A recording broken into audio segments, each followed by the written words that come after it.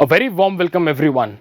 There is a very interesting news in today's newspaper which states that climate change can lead to the formation of more hot lightnings, which will eventually lead to more wildfires. Now, there are a few concepts that are important to understand this news itself. So, first of all, are all lightnings not supposed to be hot? So, what is going on over here? How is it related to climate change? So, as the name suggests, a lightning, what is the basic concept that we need to understand? It's a thunderstorm. So just bear with me for a few minutes. I'll go through the basic concept which is essential to understand what is a thunderstorm, how is lightning formed, and how does climate change eventually leads to a different type of lightning which leads to more wildfires. So let's move ahead. So first of all, सबसे पहले आपको thunderstorm develop करने के लिए क्या चाहिए? Warm and moist air चाहिए, which is why हमारी जो प्री मॉनसून्स हैं they are the best example of thunderstorms. So आपकी समर्स में due to warming of the surface of the earth क्या होता है? स्ट्रॉन्ग कन्वेक्शन करंट्स डेवलप, जिनको हम अपड्राफ्ट्स बोलते हैं, राइट? अब अपड्राफ्ट से आपकी कन्वेक्शन करंट्स लग रहे हैं and eventually cloud formation starts taking place. So सबसे पहले हमारे को लेटेंट हीट का कंसेप्ट समझना है, right? I will take an example of sweat, पसीना. पसीना क्या है? बेसिकली लिक्विड है. आपको पसीना सूखने से ठंडक क्यों फील होती है? That is the concept of latent heat of vaporization. Let's understand. देखो, पसीना लिक्विड है, ये इवेपोरेट होएगा, ये लिक्विड गैस में ट्रांसफॉर्म हो गया. Basically water is transforming into water vapour. हम सरफेस वाटर को इवेपोरेट करके वाटर वेपर बना रहे हैं, फर्स्ट थिंग. अब क्या होता है? लिक्विड में पार्टिकल्स थोड़े पास हैं, गैस में पार्टिकल्स थोड़े दूर हैं. मतलब क्या है? गैस में मोर एनर्जी है. वो एनर्जी कहां से आई? When water evaporates it takes some heat from the body. Like जब पानी अर्थ की सरफेस से इवेपोरेट होएगा, it will take some heat from the earth itself. जो वाटर वेपर है अब वो गैस में ट्रांसफॉर्म हो चुकी है. It carries with it that amount of heat. Same thing जो हमारे स्वेट में होता है. जब स्वेट इवेपोरेट होता है वो हमारे को ठंडक क्यों फील कराता है? बिकॉज हमारी बॉडी से वो कुछ हीट अब्सॉर्ब करके वाटर वेपर में कन्वर्ट हो जाता है. And this heat that is trapped in the water vapor itself is known as latent heat of vaporization. It is very important to understand the concept of lightning, right? यही heat जब water condense करता है, water vapor condense करता है in the form of minute water droplets या फिर minute ice crystals, it releases that heat. कैसे?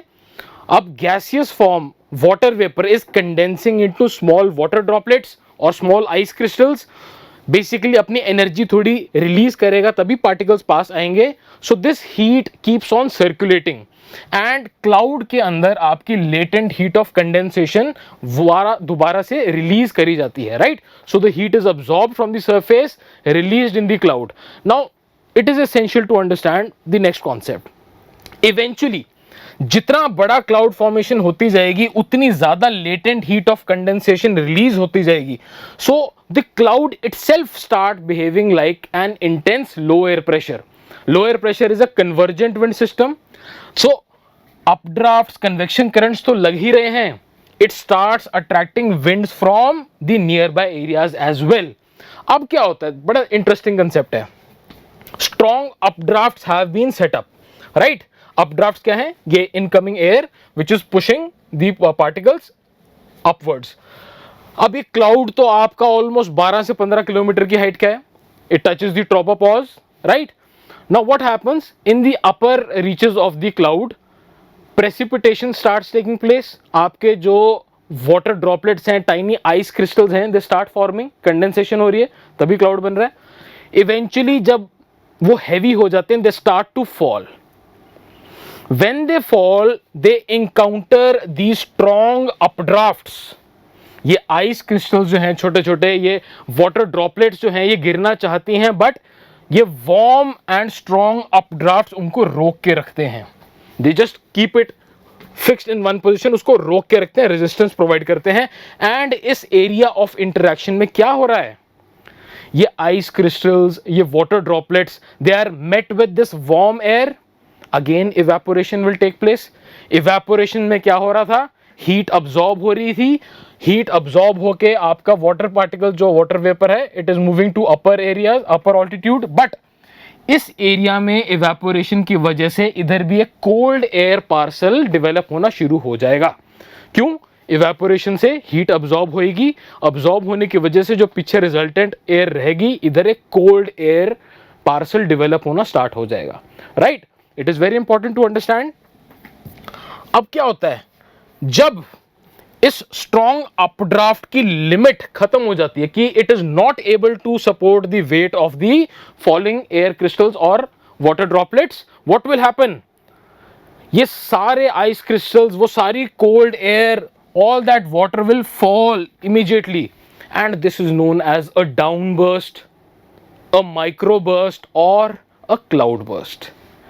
आपने सुना होगा हम हमेशा आंधी तूफान क्यों बोलते हैं, why not just तूफान, why always आंधी तूफान, because थंडरस्टॉर्म में सबसे पहले ये जो एयर पार्सल है ठंडा, ये साथ में गिरेगा। जब ये एयर पार्सल साथ गिरता है तो ये हवा ठंडी स्टॉर्म की चारों तरफ फैलती है, and this is known as your squall, your downdraft, right. And इसकी वजह से आपका क्या होता है, इसकी वजह से आपका क्या होता है, आपके इनिशियल वो ठंडी हवा जो एकदम गिरती है, दैट अगर वो आपके ड्राई रीजन्स पे हो रहा है, it can trigger a sandstorm and all, right. So the main concept to understand lightning is strong downdrafts are developed. अब ये डाउन ड्राफ्ट चलता रहेगा आपका जब तक थंडरस्टॉर्म चल रहे हैं, और स्ट्रॉन्ग अपड्राफ्ट जो चल रहे हैं, इनके चैनल डिवाइड हो जाते हैं। It is very important to understand कि how lightning develops. Strong downdrafts and strong updrafts, इन दोनों के चैनल सेपरेट हो जाते हैं as the thunderstorm matures. Now इन दोनों के आपस में इंटरेक्शन भी होगी naturally. These are heavier particles, heavier in the sense condensation हो रखी है इनमें, थोड़े आइस पार्टिकल्स थोड़े मोटे हैं, ये थोड़ी वाटर ड्रॉपलेट्स थोड़ी थिकर हैं, वेयर एज जो राइजिंग अपड्राफ्ट्स हैं उनके अंदर आपके जो आइस पार्टिकल्स हैं, क्लाउड है, क्लाउड के साथ वो मूव कर रहा है, सो वो लाइटर हैं। इन दोनों की इंटरेक्शन से अब क्या होता है, ये जो हेवियर पार्टिकल जब नीचे गिरता है, इन पार्टिकल से इलेक्ट्रॉन्स स्टील कर लेता है। इन दोनों की इंटरेक्शन से जैसे ही हेवियर पार्टिकल इसके साथ फ्रिक्शन से कोलाइड करता है, तो ये वाले heavier particles in lighter particles का इलेक्ट्रॉन छीन लेते हैं, जिनकी वजह से इनका एक इलेक्ट्रॉन कम होने की वजह से ये पॉजिटिव चार्ज आ जाता है, इनमें इलेक्ट्रॉन ऐड होने की वजह से नेगेटिव चार्ज आ जाता है, which is the basis for a lightning strike. Let's focus on the basic first, right. अब ऑल्दो आपके जो ऑपोजिट चार्जेस हैं, they should attract, opposite attracts, right, positive negative should attract, but क्या होता है, due to the strong updraft and downdraft, these charges are forced to separate। जो heavier particles के साथ नेगेटिव चार्ज इलेक्ट्रॉन कैरी करके नीचे आ जाता है, क्लाउड के बेस पे या टुवर्ड्स द मिडल आपकी नेगेटिव चार्ज अक्यूमुलेट हो जाती है, whereas the lighter particles जिनमें से इलेक्ट्रॉन छीन लिया गया है, they accumulate near the top of the cloud. So जितना बड़ा क्लाउड होएगा, जितने स्ट्रॉन्ग अपड्राफ्ट डाउनड्राफ्ट होंगे, उतनी ज्यादा सेपरेशन होगी। अब let's come to the next part कि भाई सरफेस पे क्या इफेक्ट पड़ता है। Now focus on this thing. जैसे हमने बात की opposite charges they attract, but यहां पे क्यों ज्वाइन क्यों नहीं हो रहे, because of strong updrafts and downdrafts, they are forcing to keep them away from each other. अब क्या है, अर्थ की सरफेस पे पॉजिटिव नेगेटिव चार्ज सारे इकट्ठे हैं, क्यों, न्यूट्रल था पहले, right, but due to this formation of a strong negative charge or at the base of a cloud, negative will repel। तो अर्थ की सरफेस पे आपकी आयनाइजेशन हो जाती है। मतलब क्या है, charges are forced to separate negative will repel the negative and negative charges surface के ऊपर से साइड पे फैल जाती हैं away from the cloud system. Why? Because they are repelled by the strong negative charge at the base of the cloud. उसकी वजह से आपकी अर्थ की सरफेस पे क्या रह जाता है? Positive charge. अब जहां पे उसको इजीएस्ट पाथ मिलता है at the highest point, a discharge of electrons will take place and we see a lightning strike. Right? तो अब समझ आया लाइटनिंग समझने के लिए why do we need to understand the formation of strong downdrafts and updrafts? Why is it important to understand this with respect to global warming? Right? I'll come to that. अब जरूरी थोड़ा है कि सारी बिजली हमेशा क्लाउड एंड सरफेस के बीच में चलती हैं. We have always observed they may flow within the cloud itself. Why? Because a separation of charge exists in the cloud itself. Right? So that is why depending upon the place कहां पे charges आपकी discharge हो रही हैं, a lightning strike will take place. Now there are a few more interesting concepts that are important. Why we need to understand what is the concept of a hot lightning, right? What is the concept of a hot lightning? तो देखो, just an example, air is a poor conductor of heat. हमने देखा है बिजली की तारें होती हैं, हवा से तो पास करा नहीं रहे. Why? Air is a poor conductor of heat. But the thing is, what do we mean by that? Air poor conductor है हीट एंड इलेक्ट्रिसिटी की, जिसकी वजह से आपका क्या होता है? Air offers more resistance. Air इतनी रेजिस्टेंस प्रोवाइड करती है कि अनलेस एंड अनटिल बहुत स्ट्रॉन्ग चार्जेस जनरेट नहीं होती तब तक वो चार्जेस डिस्चार्ज नहीं होती. अगर एयर गुड कंडक्टर होती तो ये थोड़ी सी चार्ज बनने पे ही डिस्चार्ज हो जाता. But since it is a very poor conductor of electricity and heat, it requires a strong potential difference. मतलब क्या है? चार्जेस में डिफरेंस बहुत ज्यादा नहीं हो जाता तब तक आपकी लाइटनिंग नहीं स्ट्राइक करती. No, what is the implication? What is the implication? Air resistance provide कर रही है लाइटनिंग को, जिसकी वजह से because of this resistance the temperature in the lightning rises to almost 30,000 degrees, 5 times hotter than the surface of the sun. अब imagine करो, पेड़ के अंदर क्या है? All life forms they contain water. अब पानी के ऊपर आपने एकदम 30,000 डिग्री डाल दिया temperature. What will happen? All of the moisture will vaporize. Vaporize होने की वजह से वो एक्सपैंड करेगा and we find that the trees blast. Simply पेड़ फट जाता है.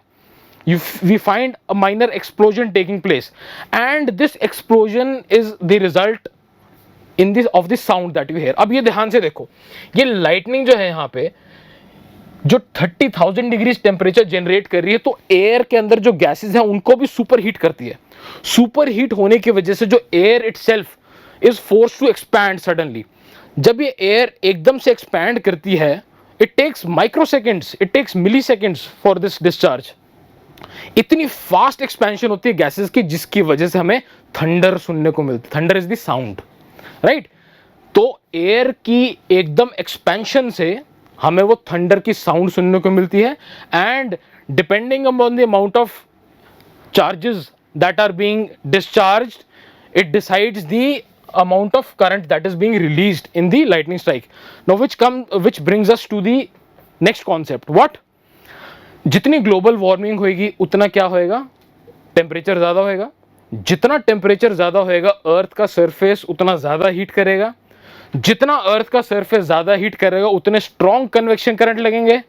जितने स्ट्रॉन्ग कन्वेक्शन करंट लगेंगे उतनी स्ट्रॉन्ग हमारी क्या होएगी? अपड्राफ्ट्स, डाउनड्राफ्ट्स उतने स्ट्रॉन्ग हमारे बनेंगे डिफरेंट.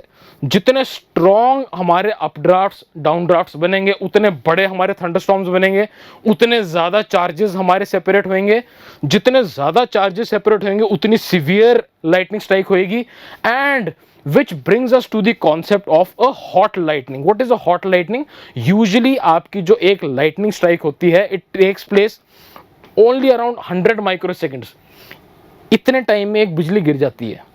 बट अगर यही बिजली थोड़े से ज्यादा देर के लिए परसिस्ट कर रही है, मतलब थोड़ी ज्यादा देर के लिए वो चार्जेस आपके कनेक्ट हो रहे हैं, that is known as a hot lighting. बस यही फर्क है आपका नॉर्मल लाइटनिंग और हॉट लाइटिंग में. क्या कि that same amount of energy, not the same amount, more energy is being transferred for a little longer naturally.